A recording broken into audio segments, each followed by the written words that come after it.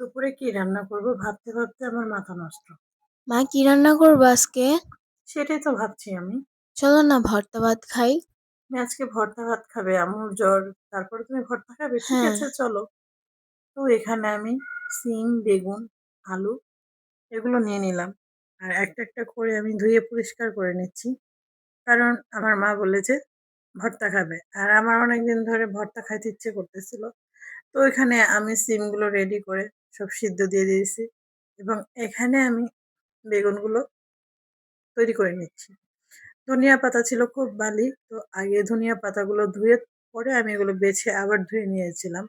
আর এখানে আলু ভর্তার জন্য তো আমি আলু সিদ্ধ করব। আর আমি সবসময় আলুটা ছিলে দেই। তো ভর্তা ভাত খেতে কার পছন্দ? আমাদের খুবই পছন্দ, তাই না মুস্কান? হুম। আমরা খুব পছন্দ করি।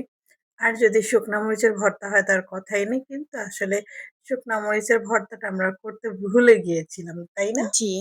তো আমরা এখানে বেগুন ভর্তা, সিম ভর্তা, আলু ভর্তা ৩ টা ভর্তা বানিয়েছিলাম। অনেক মজা ছিল। তোমার কাছে কেমন লেগেছিল? অনেক মজা। তো মাঝে, মাঝে এরকম বানিয়ে খেতে না আসলেই খুব ভালো লাগে। সবসময় মাছ বা অন্য কিছু ভালো লাগে না।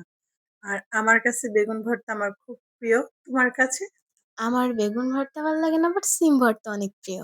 তাই? আলু ভর্তা? আলু ভর্তাও। ও, সেটা তো আমার খুব ফেভারিট। আলু ভর্তা তো ঘরের সবারই পছন্দ। হ্যাঁ। কিন্তু আসলে ভর্তাগুলো না খুব মজা হয়েছিল। তো তোমরা কে, কে ভর্তা খেতে পছন্দ করো? ভর্তা লাভার কে, কে আছে? অবশ্যই কমেন্টে জানাবো। খোদা হাফেজ।